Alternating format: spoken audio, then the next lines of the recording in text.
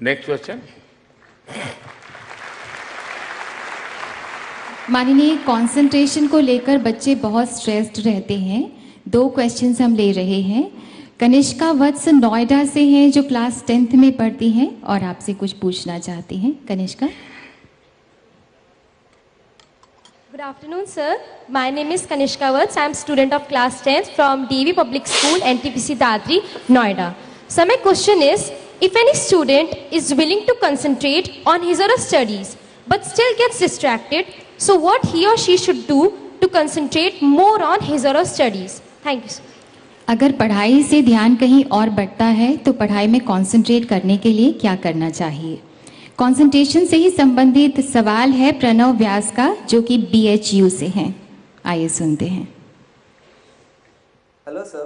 Hello sir, thank you for this great opportunity. This is Pranav Vyas from IIT BHU Varanasi. I would like to know your experiences on what should one do when we feel overwhelmed and disoriented in whatever we're doing, may it be academics or some passion that we're pursuing, in general life. कोई अभिभूत या disoriented महसूस कर रहा हो तब क्या करना चाहिए? माननीय, कंसंट्रेशन के बारे में ये जो 2 सवाल थे उनके बारे में कृपया हमें राह दिखाएं। बहुत लोगों को लगता है कि कंसंट्रेशन एक कोई स्पेशल प्रकार की विधा है जिसको हमें सीखना पड़ता है। ऐसा नहीं है। आप में से हर व्यक्ति दिन में कोई न कोई काम ऐसा करता है जो बड़े ध्यान से करता है। अगर आप खुद अपने आप को ऑब्जर्व करोगे तो आपको पता चलेगा कि वो काम मैं जब कर रहा था, कोई गाना सुन रहा था, एक एक शब्द ध्यान था। जब शब्द सुन रहा था तो उसका वीडियो देखा था तो वो चित्र भी मुझे याद आता था। मैं उस गाने के आगे पीछे क्या था वो भी मुझे याद आता था। यानी एकदम से आपका कंसंट्रेशन था, ये आपने अनुभव किया होगा। आपका कोई दोस्त के साथ आप फोन पे बात कर रहे हैं और उस समय आपका प्रिय गाना चल रहा है, लेकिन आपका दोस्त आपका बहुत अच्छा दोस्त है, फोन पे आ गया, वो गाना की आवाज चल रही है, अब तक आप गाना में उलझे थे, लेकिन एकदम से शिफ्ट होकर के उस आपके दोस्त के साथ फोन में इतने उलझ जाते हैं कि कौन सा गाना आया, कौन सा गया, क्या चल रहा है कुछ पता नहीं, माँ खाने के लिए चिल्ला रही, सुन नहीं रहे हो, आप लगे हुए हो। मतलब कंसंट्रेशन है कि नहीं? इसका मतलब ये कि जो कोई कहते हैं कि कंसंट्रेशन के लिए कोई एक्स्ट्रा एक्टिविटी जरूरी है, इसके बजाय आप अपने आप का एनालिसिस कीजिए। वो कौन सी बातें हैं जिसमें आप ध्यान केंद्रित कर रहे हैं, ध्यान से कर रहे हैं, मन से कर रहे हैं, पूरी तरह उसमें लग जाते हैं और वो उसके डिटेल में जाएंगे। ऐसा क्यों करते हैं आप?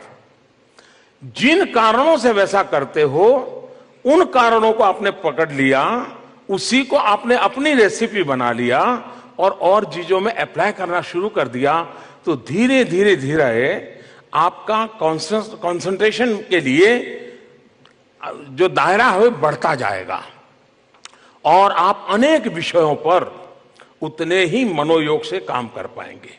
और एक तो खुद को जांचना परखना, और ये बिल्कुल मन में से मत निकाल दीजिए कि कोई आपको कह देता है। आप जो कहते हैं कि भाई मुझे याद नहीं रहता है, बहुत लोग कहते हैं याद नहीं रहता है, लेकिन किसी ने आपको बुरा कह दिया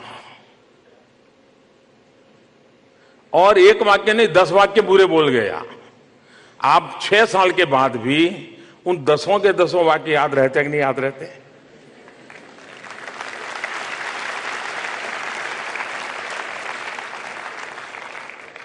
इसका मतलब आपकी मेमोरी पावर में कोई प्रॉब्लम नहीं है,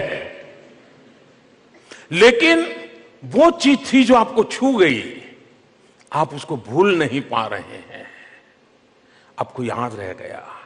आपके जीवन में कोई ऐसा पल आया होगा और परिवार के दादा दादी ने उस पल इतने बढ़िया ढंग से आपको पुचकारा होगा, आपको आशीर्वाद दिए होंगे, आपको लगता होगा माँ दादा दादी से इतने सालों से मिल रहा हूं लेकिन वो पल मैं भूल नहीं पाता हूं।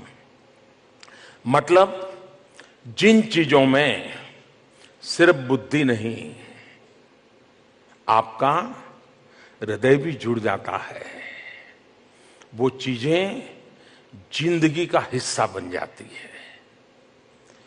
कंसंट्रेशन में भी आप अपने मन, बुद्धि, शरीर, हृदय, आत्मा, ये सबको एक जगह पे सिंक्रोनाइज कर करके लाते हो क्या? ये जो योगा है ना, अभी दिखा रहे थे सारे बच्चे, ये कुछ लोग मानते हैं ये कोई फिजिकल एक्सरसाइज है, और कुछ लोग अगर योग बॉडी बेंडिंग का ही खेल होता तो सर्कस में जो लोग काम करते वो सारे योगी होते हैं, सब सर्कस वाले योगी होते हैं। तो ये बॉडी बेंडिंग का काम नहीं है, ये योग का मूलतः काम शरीर, मन, बुद्धि, आत्मा, इनको एक सिंक्रोनाइज वे में काम करने के लिए है।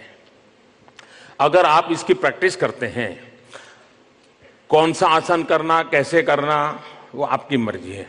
आपने देखा होगा, एक बार मैंने मन की बात की थी तो हमारे देश के महान खिलाड़ी सचिन तेंदुलकर जी मन की बात में मेरे साथ बातचीत कर रहे थे और देश भर के लोगों ने सुना। उन्होंने बड़ी मजेदार बात कही थी।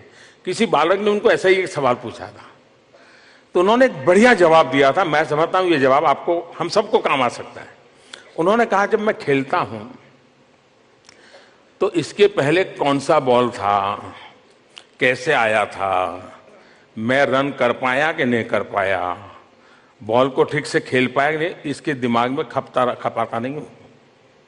दूसरा, इसके बाद जो बॉल आएगा तो कैसा आएगा, मैं 4 लगाऊं या सिक्सर लगाऊंगा, दिमाग नहीं खपाता हूं। मैं उस समय उसी बॉल को खेलता हूं जो आ रहा है, बाकी सब भूल जाता हूं। ये तरीका है, ये तरीका है। हम आगे, इसका मतलब ये नहीं कि अतीत का कोई महत्व नहीं है, अतीत का अपना महत्व है, लेकिन अतीत जब बोझ बन जाता है तो भविष्य के सपने भी रौंद जाते हैं और वर्तमान बोझिल बन जाता है। वर्तमान में जीने की आदत कंसंट्रेशन के लिए एक रास्ता खोल देती है। वही कंसंट्रेशन ऐसा नहीं है, लेकिन वो एक रास्ता खोल देती है।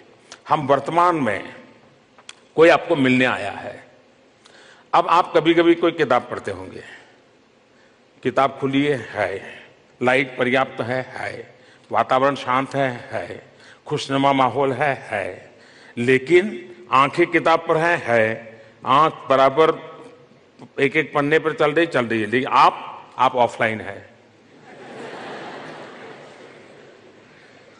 अब ये ऑनलाइन ऑफलाइन से तुरंत समझ आया है। कंप्यूटर पढ़ा है लेकिन आप ऑफलाइन है, किसी से कनेक्टेड नहीं है, आप किताब से कनेक्ट नहीं होते हैं। और इसलिए जब जो करें आप ऑनलाइन होने चाहिए, जो मिलने आए तो उसी से जुड़े हुए होने चाहिए। चाय पीते हैं, कभी चाय भी पीते हैं, आप में से बहुत कम लोग होंगे जिनको पानी का टेस्ट पता होगा जी। क्यों? क्योंकि हम पानी ऐसे पी लेते हैं। कभी जी भर के पानी पी के देखो, उसकी बूंद बूंद पी करके उसका टेस्ट एंजॉय कीजिए। That is concentration. आप जीवन को बना सकते हैं।